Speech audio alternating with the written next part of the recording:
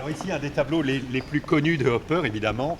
C'est un tableau qui a été très popularisé, évidemment, par le cinéma, mais c'est un concentré de l'esthétique de Hopper dans ces années 25, au moment où il se lance dans la peinture à plein temps, disons.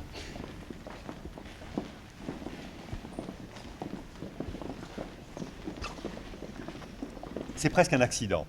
C'est la superposition de deux univers temporels et de deux univers civilisationnels, pourrait-on dire.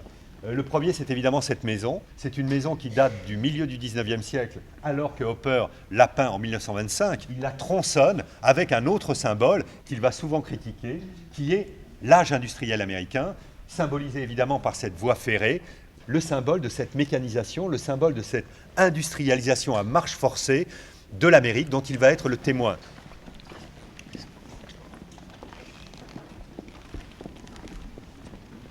Là, Hopper s'impose comme une sorte de disciple de Whitman en s'intéressant à ce que l'Amérique a de plus ordinaire, de plus banal, de plus anodin, de plus insignifiant peut-être. Et on le voit prendre pour sujet dans ses aquarelles des édifices, des villes qui n'ont littéralement aucune qualité presque, si ce n'est celle que le peintre va leur donner précisément. Cette poésie qu'il va être capable d'extraire de ce que l'Amérique a de plus trivial, dans ce qu'elle a de plus banal. De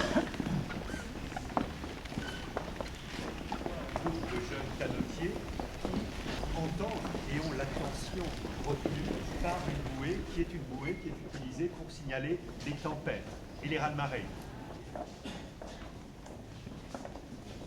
Bon, alors ici, on est devant l'incontournable Nighthawks. C'est une image qui a été extraordinairement diffusée, mais qui a fini par être aplatie, banalisée. Et quoi qu'on en dise, et quoi qu'en ait dit Walter Benjamin, la reproduction d'une œuvre n'en altère absolument pas l'aura de l'original. D'abord, une des sources possibles, la littérature. La grande littérature américaine, qui est celle de Ernest Hemingway, dont Hopper découvre une des premières nouvelles dans un magazine américain, de la vraie littérature américaine. Enfin, une littérature qui, et il le dit, est débarrassée de toute cette narration à l'eau de rose qui fait que l'on connaît la fin d'un roman avant même d'avoir ouvert la première page.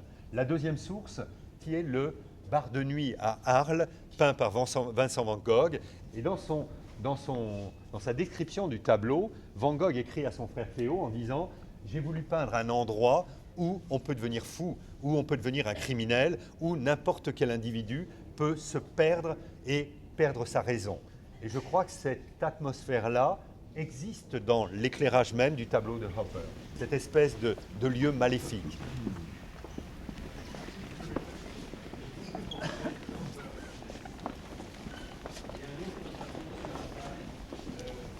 Ici un tableau qui peut permettre de tordre le cou à cette espèce d'idée reçue que Hopper est le peintre systématique de la solitude.